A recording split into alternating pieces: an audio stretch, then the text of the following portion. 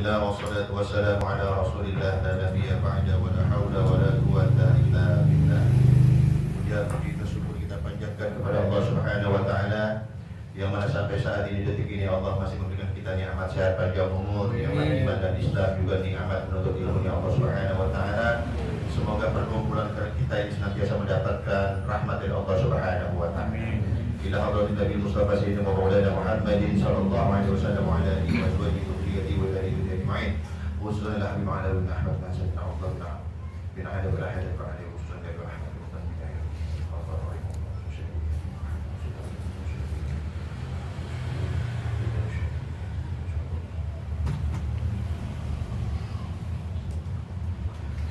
ولجميع المسلمين والمسلمات والمؤمنين والمؤمنات الأحياء منهم والأموات كلهم شيء لله لهم الفاتحة. أعوذ بالله من الشيطان الرجيم. بسم الله الرحمن الرحيم. الحمد لله رب العالمين الرحمن الرحيم مالك يوم الدين إياك نعبد وإياك نستعين اهدنا الصراط المستقيم صراط الذين أنعمت عليهم غير المغضوب عليهم ولا الضالين آمين. Yang kita hormati dan muliakan bersama guru kita Habib Ahmad Mustan Yahya, semoga Allah panjangkan umurnya, sehatkan badannya, mudahkan segala urusannya, sehingga terus bisa membimbing kita mendekatkan diri kita kepada Allah Subhanahu wa taala. Bismillahirrahmanirrahim. Qala al-musannif rahimahullah taala nafa'ana bihi wa bi 'ulumihi fid dharain amin. Kita sampai ke zikir yang ke-3. Alhamdulillah, zikir yang pertama adalah la ilaha illallah wahdahu la syarika lah, lahul mulku wa lahul hamdu yuhyi wa yumiitu wa huwa ala kulli syai'in qadir. Yang kedua, subhanallah walhamdulillah wa la ilaha illallah wallahu akbar. Yang ketiga sekarang ini, subhanallah wa bihamdihi subhanallahil azim. Halaman 183. Ini masih ada yang nggak bawa kitab ini. Kemana? Bang B, kita main kemana Bang B? Nggak bawa. Hilang. Masya Allah. Aromanya keluar. Kitab hilang. Ya, halaman 180. Bismillahirrahmanirrahim. Qala al-musannif rahimahullah ta'ala nafa'ana bihi wa bi 'ulumihi fid dharain amin. Amin. Qawlu sahibi ar-ratibi nafa'allahu bihi subhanallahi wa bihamdihi subhanallahi al-'azimi thalathan. Qawlu sahibi ar-ratibi, Imam Abdullah Al-Haddad mengatakan nafa'allahu bihi, semoga Allah memberikan kita manfaat karena sabab beliau. Kalimat subhanallahi wa bihamdi subhanallahil azim talatan itu dibaca dalam ratib 3 kali. Ingat penjelasan kita yang lalu-lalu, sebesar apapun ganjaran yang kita dapat, tidak boleh lebih dan tidak boleh kurang, harus sesuai dengan perintah Imam Abdullah Al-Haddad yang ada di ratib. Di sini dibacanya 3, maka di 3. Boleh nggak kita baca lebih? Boleh. Di mana? Di luar ratib. Jadi di luar ratib boleh, tapi kalau di ratibnya 3 ya 3. Itu yang sudah kita bahas. Qala fi syarhi, dijelaskan dalam kitab syarah, yakni adalah syarhul wasiyah. Qala Rasulullah sallallahu alaihi wasallam, Rasulullah sallallahu alaihi wasallam bersabda, man qala subhanallahi wa bihamdihi, barang siapa yang membaca subhanallahi wa bihamdihi, burisat lahu nakhlatun fil jannati, maka Allah tanamkan bagi dia satu pohon di surga. Masya Allah.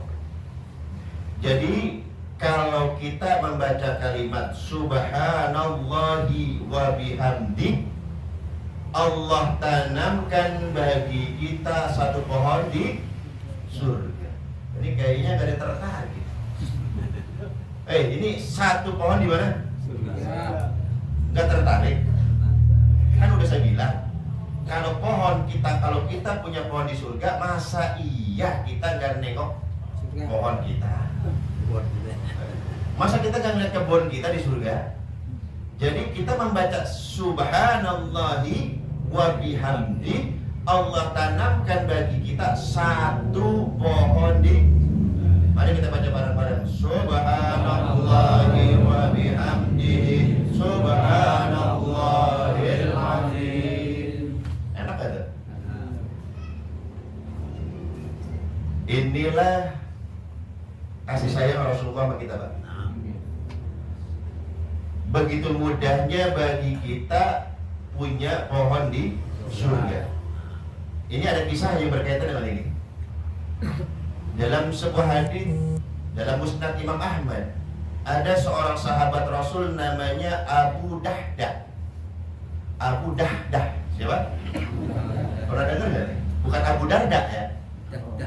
Ini Dahdah, bukan dadah lagi. Dadah mah gini. Dahdah. Abu Dahdah ini seorang petani ulung, petani jago. Dia punya kebunnya itu pohon kurmanya 600 pohon. Buahnya paling subur di kota Madinah punyanya Abu Dahdah radhiyallahu ta'ala anhu ini. Nah, dalam hadis ini diceritakan ada seorang anak yatim. Dia punya warisan satu bidang tanah. Tapi tanahnya ini nggak rata, lurus begini miring. Nah, ini kalau dipaksa dipager, itu bakal nggak bagus pagernya, di tembok, gampang roboh. Nah, dia nih anak yatim ini kepengen lurus persegi 4, tapi harus minta izin sama yang punya tanah. Sedikit nggak banyak. Masalahnya bukan masalah tanahnya, di situ ada satu pohon kurma di situ yang tumbuh di punya tetangganya itu.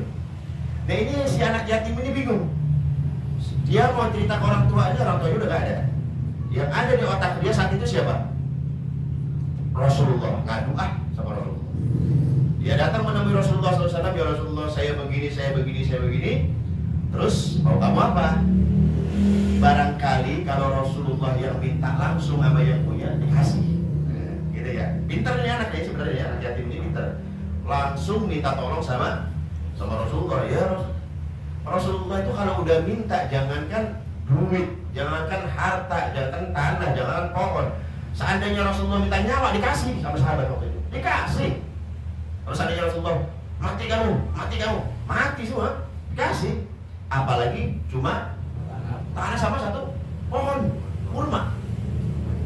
Walhasil datang ini Rasulullah dengan si anak yatim nemuin si punya tanah. Kemudian ini Rasulullah mengatakan, ya bulan bi'ni nakhlataka bihariti. Bulan a'tiha iyyahu bi nakhlatin bil jannah. Bulan, ini anak yatim cerita ke saya. Dia minta ini tanah sedikit yang ada pohon kurmanya satu itu, kamu berikan satu pohon kamu ke si anak yatim, maka Allah ganti untuk kamu satu pohon kurma di surga. Jadi tukar nih, barter ya. Kamu kasih satu pohon kurma kamu ke anak yatim ini, sebagai gantinya Allah kasih kamu satu pohon kurma di surga. Kira-kira, saya mau tanya nih, kira-kira sahabat kasih atau enggak? Ngasih ya? Udah kebayang nggak otak kita? Pokoknya setiap yang diminta Rasulullah pasti di Pak Aba, ini sahabat tolak. Waduh. Inilah ya, sahabat tuh nggak semuanya sikot ya, bukan yang sebenarnya. Nggak semuanya sikot, nggak semuanya imannya rata, enggak. Tadi udah saya bilang, jangankan cuma satu pohon, nyawa seandainya Rasulullah minta, dikasih. Nah ini minta satu pohon, dia apa? Ditolak, Pak Aba, gak mau. Mungkin dia marah. Masih anak yatim. Kenapa lu main langsung ke Rasul aja? Kan gua gak enak, kan lu bisa langsung ngomong sama gua. Gitu kan. Kenapa langsung ngomong ke Aba? Kan gak enak saya. Rasanya saya pelit sama Abang gitu. Mungkin marahnya di situ, ditolak. Lah ini gempar Madinah saat itu. Karena ada salah seorang sahabat, Rasulullah minta, nolak, viral. Wah si pulang Rasulullah minta, wah kurang ajar si pulang. Berani-beraninya nolak permintaan Rasulullah. Seakan-akan kan bukan hanya permintaan Rasulullah yang tolak, berarti nolak pohon kurma di. Bayangin, sahabat itu kalau ya Rasulullah harus saya jihad nih, mati nih, saya masuk surga nggak? Masuk, udah nggak pakai mikir. Nah ini cuma nukar satu pohon, pohonnya masih banyak, kebunnya masih luas, nolak. viral. Sampailah kabar ini ke telinganya Abu Dahdah radhiyallahu ta'ala anhu. Ya Rasulullah, kalau saya yang ngurusin ini tanah, apakah pahalanya berlaku buat saya? Tentu ya Abu Dahdah. Baik ya Rasulullah, tungguin di sini. Yang ada yang punya tanah. Bulan, kenal saya? Oh iya kenal dong, Abu Dahdah. Kamu tahu kebun saya? Ya tahu dong. Kurma kamu paling subur. Kebun kamu 600 pohon jumlahnya. Aneh mau bikin perjanjian sama ente. Gimana kalau seandainya satu pohon kurma kamu aku tukar dengan 600 pohon kurma saya? Nah, kalau begini saya mau baru. Coba. Tadi di pertama ditawarin sama Rasulullah, pohon kurma di mana? Surga ditolak. Begitu datang Abu Dahdah, pulang. Aneh punya 600 tangkal kurma. Gimana kalau ente aneh tukar dengan satu kurma pohon ente? Mau? Oke, deal. Jangan heran sahabat. Ya ada yang mata duitan ini. Ada. Kan saya bilang gak semuanya sahabat lempeng. Nuaiman mabok kemarin yang sudah pernah kita bahas kan. Kayak gitu. Selesai terjadi akad, oke. Dia menghadap Rasulullah, menceritakan kepada Rasulullah SAW. Setelah dia bercerita kepada Rasulullah, dia langsung pulang menuju kebunnya. Istrinya lagi di kebun, istrinya lagi di jalan. Begitu dia sampai di kebun, ini si Abu Dahdah langsung teriak, "Ya Ummu Dahdah, ukhruji minal haid." Hai Ummu Dahdah, wahai istriku, keluar dari kebun sebab kebun ini bukan punya kita lagi. Lah bang, emang punya siapa kawan kebun ini? Ini telah kutukar dengan satu pohon kurma. Istrinya bingung. Kebun kita jumlah kurmanya berapa tadi? 600. Abang tukar sama apa? Satu pohon kurma. Di mana bang? Di surga. Apa jawab istrinya? Rabihal bai'u ya Abu Dahdah. Suami pinter, suami soleh, jual beli yang sangat menguntungkan wahai Abu Dahdah. Ini baru suami saya. Lah saya bacanya hadis bingung, saya baru mikir, bagaimana kalau seandainya kita yang jadi Abu Dahdah? Bini kita ngomong begitu gak kira-kira? Saya mau nanya nih. Bener deh, saya udah nebak. Begitu pulang, bang, bu, ini kita alhamdulillah 600 pohon kurma kita tukar dengan satu pohon. Ya, satu tolol. Ketahuan banda cuma itu.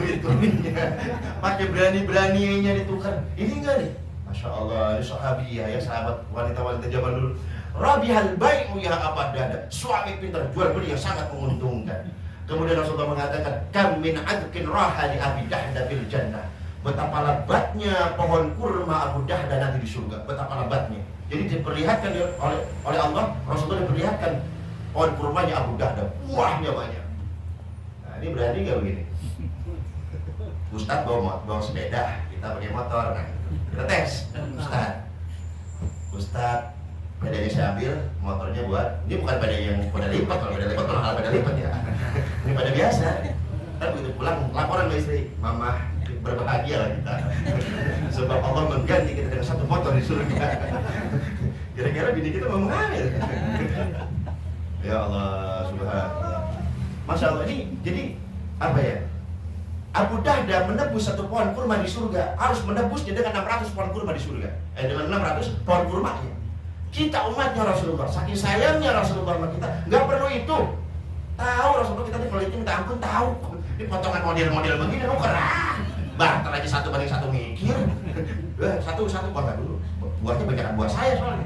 Udah mikir ke situ. Ini apalagi 600.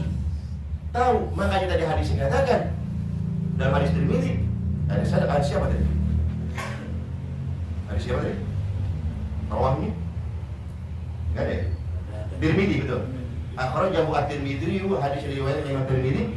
Kita nih umat Rasulullah cukup mengucapkan subhanallahi wa bihamdihi, Allah tanamkan bagi kita satu pohon kurma di surga. Itu kan biasa aja kan? Kayaknya mesti barter sama 600 nih. Masya Allah, sayangnya Rasulullah kepada kita. Lanjut, wa'an ibni Umar radhiyallahu anhu, diriwayatkan oleh Ibnu Umar radhiyallahu ta'ala anhuma. Ibnu Umar ini adalah anaknya Sayyidina Umar. Qala Ibnu Umar berkata, qala Rasulullah sallallahu alaihi wasallam, dzata yaumin li ashabihi. Suatu hari Rasulullah itu berbicara kepada para sahabatnya. Rasulullah mengatakan apa? Qulu, kepada sahabat yang hadir di sisi kanan, kiri, depan, belakang beliau, qulu, ucapkan oleh kalian semua subhanallahi wa bihamdi. Kalimat subhanallahi wa bihamdi mi'ata marratin, 100 kali. Jadi Rasulullah lagi ngumpul gini, tiba-tiba Rasulullah mengatakan qulu subhanallahi wa bihamdi. Ucapkan oleh kalian semua subhanallahi wa bihamdi mi'ata marratin, 100 kali. Man qalaha marratan, barang siapa yang mengucapkan subhanallahi wa bihamdi 1 kali, kutibat lahu asyru hasanatin, Allah tulis baginya 10 kebaikan. 1 banding 10. Wa man qalaha asyra, barang siapa yang membacanya 10, yakni membaca subhanallahi wa bihamdi 10, kutibat lahu mi'atu hasanatin, Allah tulis baginya 100 kebaikan. 1 ditulis baginya 10, 10 ditulis baginya 100. Wa man qalaha mi'atan, barang siapa yang membaca subhanallahi wa bihamdihi mi'atan 100, kutibat lahu alfu hasanatin, Allah tulis baginya 1000 kebaikan. Wa man zada, dan barang siapa yang menambah lagi, maksudnya membacanya lebih banyak lagi, zadahullah, maka Allah pun akan menambah kebaikannya. Wa man istaghfara ghufira lahu, barang siapa yang memohon ampun, maka doanya pasti diampuni oleh Allah Subhanahu wa taala. Jadi membaca subhanallahi wa bihamdi 1 kali diganjar oleh Allah berapa pahala? 10. Kalau kita baca 10, 100. Kalau kita baca 100, 1000. Kalau kita baca 1000, terus saja 10.000. Bertambah dan bertambah dan bertambah. Ini amalan besar luar biasa ya.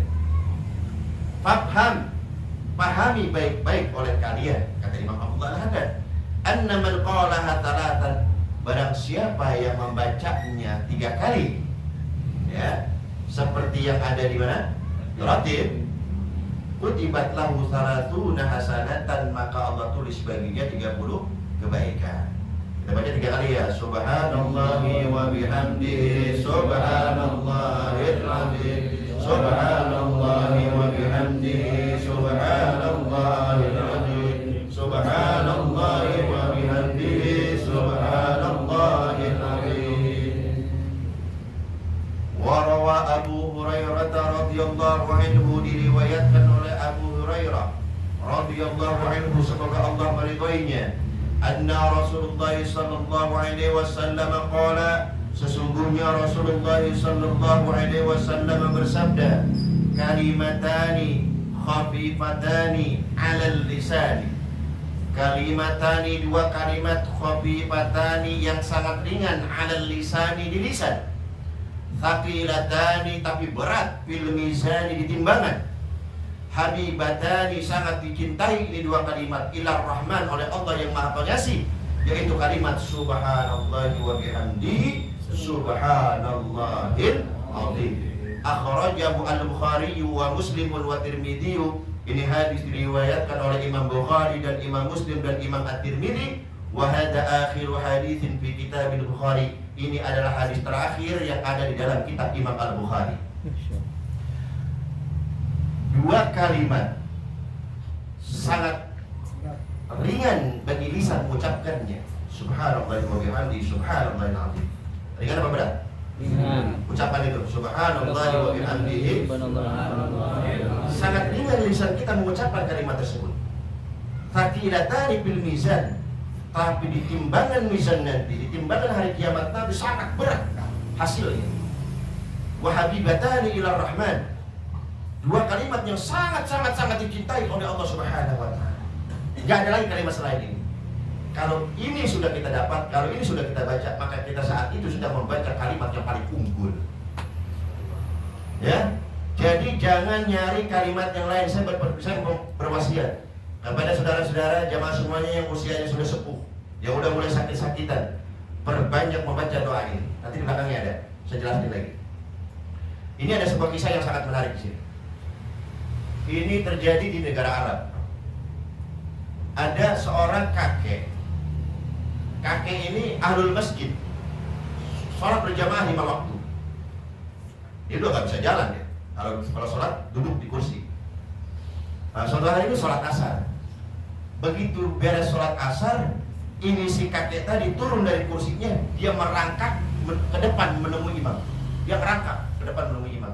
Ini imam habis sholat wirid biasa. Di Arab kan nggak ada wirid berjamaah kayak kita. Wiridnya masing-masing kan? Berarti ingat ya? Wirid masing-masing. Begitu sampai imam, dia negur imam, diucapkan salam oleh imam, imam kaget. Tumben, ada apa? Kata ini si kakek ini, ya Syekh, alimni syai'an yanfa'uni Allah. Wahai Syekh, ajarkan aku satu ilmu yang ilmu ini bisa aku amalkan di sisa umurku ini. Ajarkan aku satu ilmu. Lah ini si Syekh bingung, karena mendadak ya. Aduh, dia lagi asik-asik wirid, tahu-tahu ada aki-aki, kakek-kakek datang minta amalan. Ketika itu dia mendapat ilham dari Allah, si Syekh ini, gini kayak, saya ajarkan kepada kakek sebuah ilmu, yaitu sebuah hadis. Ya udah, ajarkan ke saya. Kemudian saya ini mengatakan, kalimatani khafifatani fil lisan, terus taqilatani fil lisan, wa habibatani ila rahman, kalimat subhanallah walhamdulillah wa la ilaha illallah wallahu akbar. Kayak ada 2 kalimat yang sangat ringan di saat kita mengucapkannya. Kayak ada 2 kalimat tapi sangat berat ketika ditimbang oleh Allah. Dan kayak kalimat ini sangat dicintai oleh Allah Subhanahu wa taala. Kalimat kedua, kalimat ini adalah kalimat subhanallahi wa bihamdi subhanallahil azim. Jadi kakek kan udah tua. Jadi aid maratan saniyah. Ya Syekh, ulangi lagi. Saya harus bisa menghafalnya. Ulangi lagi. Nah, ini Syekh mengulang-ulangnya. Kemudian begitu dia hafal, cukup akan saya amalkan ini hadis. Nah, ini subhanallahnya ini kakek tadi. Begitu sampai rumah dia langsung temui anaknya, "Nak, aku baru saja belajar dari seorang ustaz. Aku mendapatkan sebuah hadis yang berbunyi 2 kalimat yang sangat ringan lisan mengucapkannya, tapi sangat besar, sangat berat di timbangannya. 2 kalimat yang sangat dicintai oleh Allah. Kalimat itu adalah subhanallah wa bihamdihi subhanallah." Dia ketemu istrinya, dia ceramah lagi. Setiap ada perkumpulan orangnya dia kenal.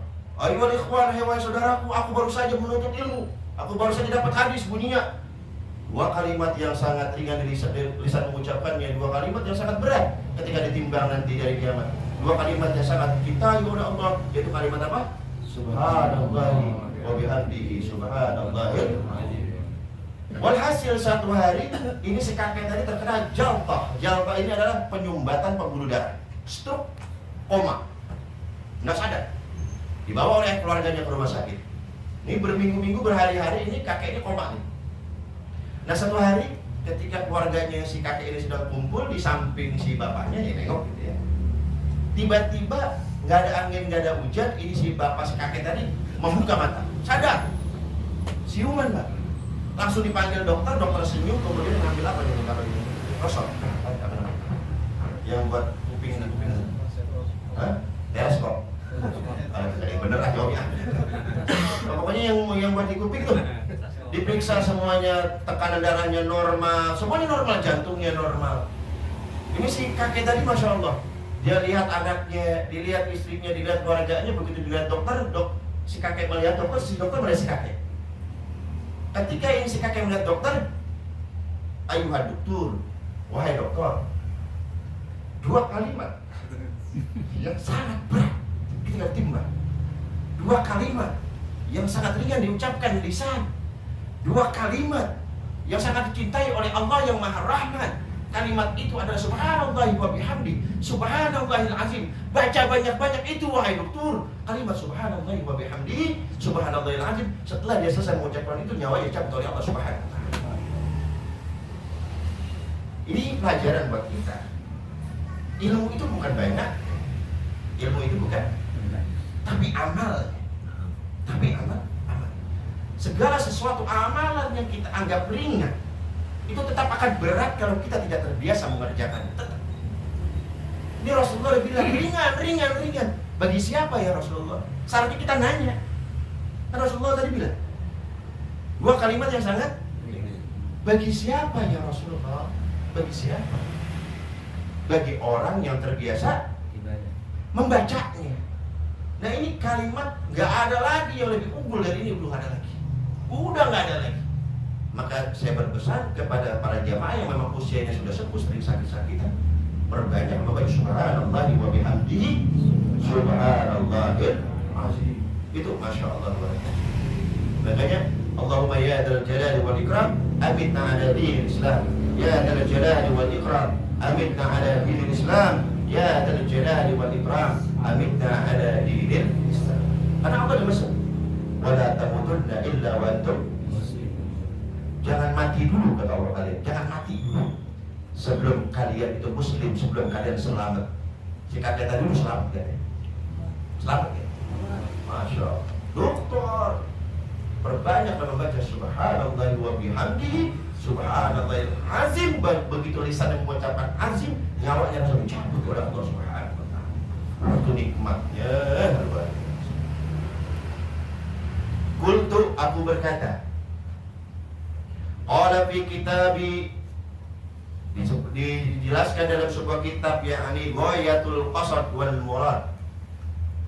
Qala as-sayyidu al-jalil, telah berkata as-sayyid al-jalil al-arif billah, yang ahli ma'rifat. Siapa? Al-Hasan ibnu Sayyidi Abdullah al-Haddad, yaitu Hasan bin Imam Abdullah al-Haddad. Tapi siapa ini? Siapa Imam Abdullah al-Haddad? Anak. Jadi si anak nih, ini anaknya Imam Abdullah al-Haddad, namanya Hasan. Sayyidina Abdullah al-Haddad punya 6 anak. Yang paling gede Hasan, yang kedua Alawi, yang ketiga Muhammad, yang keempat Salim, yang kelima Husain, yang keenam Zaid. Ini saya baca dari dalam kitab Tasbitul Fuad. Ya, ada 6 namanya anak-anak Imam Abdullah al-Haddad, ada 6. Yang pertama Sayyidina Hasan, yang kedua Sayyidina Alawi, yang ketiga Sayyidina Muhammad, yang keempat Sayyidina Salim, yang kelima Sayyidina Husain, yang keenam Sayyidina Zaid. Jadi yang cerita berarti anaknya namanya Hasan, berarti anaknya paling pertama. Habib Hasan bin Sayyid Abdullah al-Haddad cerita, akhadha al-walidu fi maradi mautihi 40 yawman wa kana kathiran fi maradihi al-madhkur yuraddid subhanallahi wa bihamdihi subhanallahil azim.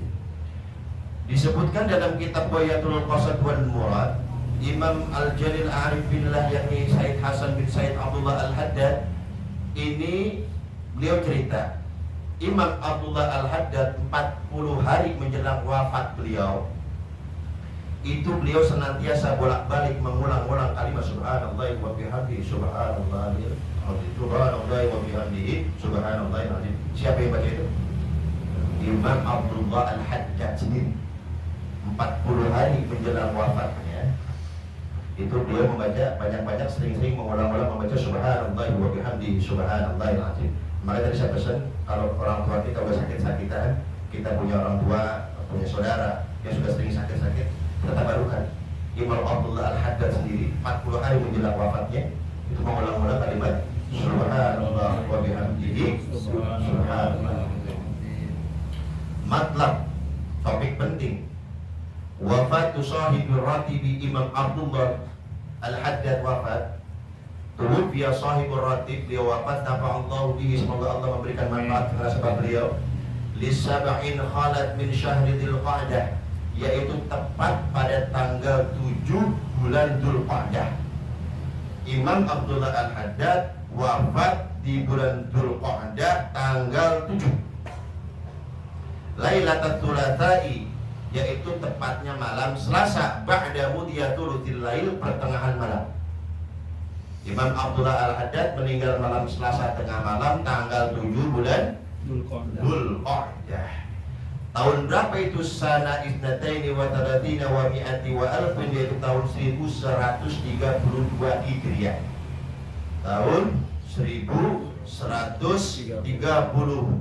Hijriah, tanggal 7 bulan Dzulqa'dah, malam Selasa tengah malam, seorang imam besar yang bernama Imam Abdullah al-Haddad nyawanya dicabut oleh Allah Subhanahu wa ta'ala. Imam Sayyid Hasan sendiri dari anak yang tertua tadi yang memandikan beliau. Saya baca di kitab Tasbitul Fuad, ketika Imam Abdullah Al-Haddad dimandikan, itu kan ada air buangan mandi ini, pakai selang biasanya kita ya. Itu di ujung selang itu tuh ribuan orang berkumpul, tabarukan dengan air mandinya Sayyidina Abdullah Al-Haddad. Insyaallah. Ada yang diminum, ada yang dipakai buat wudu, ada yang dipakai buat mandi, ada yang buat lap-lap dan tabarukan dengan Sayyidina Abdullah Al-Haddad. Kemudian ketika sholat asar ini beliau baru disolatkan. Beliau dimandikan di waktu duha. Beres dikafankan, diurus jenazah beliau, selesainya itu waktu asar baru disolatkan. Nah, ketika jenazah beliau hendak dibawa ke kubur, ke makom, itu wallahu a'lam jumlahnya berapa, sebab di kitab Tasbitul Fuad, ketika mata memandang ke depan, udah lautan manusia, memandang ke kanan lautan manusia, ke kiri lautan manusia, ke belakang lautan manusia, berpenuh dengan orang. Ini bukan orang yang jalan keranda mayat yang jalan. Paling banyak langkah orang melangkah cuma 2 atau 3 langkah. Jadi 2 langkah udah ada orang lagi, 2 langkah udah ada orang lagi. Terus sampai pemakaman. Sedangkan jaraknya jauh dari rumah beliau. Dia dimakamkan di Zambal ya, Pak. Di Zambal. Mudah-mudahan kita bisa berziarah ke sana. Amin ya Allah. Gitu. Saking banyaknya orang, saking tumpah ruahnya orang, tadi habis sholat apa dibawa ke makam? Sampai maghrib. Saking orang pengen tahu barokah dimegang. Beda mah kita mati, kita mah lancar aja kan. Saya itu matinya alhamdulillah lancar aja. Kita dulu lancarnya bagaimana? Justru kalau yang meninggal yang macetnya karena banyak orang yang ngantar, nah itu luar biasa. Jadi sebenarnya gampang ya kalau kita melihat kita orang baik atau enggak ya. Kalau dia ahli iman ya.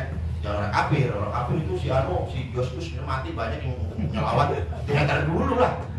Dia siapa? Tapi kalau ahli iman yang meninggal kemudian yang mengantar jenazahnya banyak, seperti Imam Ahmad bin Hanbal, itu yang takziah 1 juta. Takziah 1 juta orang. Nggak bisa ngelihat pada naik atap rumah, pengen ngelihat jenazahnya lewat, sampai naik atap rumah. Itu orang soleh itu begitu. Subhanallah. Seperti Imam Abdullah Al-Haddad, dibawa jenazahnya ba'da asar, baru beres ba'da maghrib. Nah, begitu dikuburkan ini udah orang banyak begitu. Yang namanya kuburan kan tanahnya ada lebihannya ya. Itu sampai habis, sampai makom beliau itu rata dengan tanah. Karena semuanya pada bawah, semuanya pada ngambil pada tabarukan. Nah, setelah itu akhirnya para aula dulu ya, anak-anak mereka itu musyawarah dibangun kuburannya, dibangun pakai bata.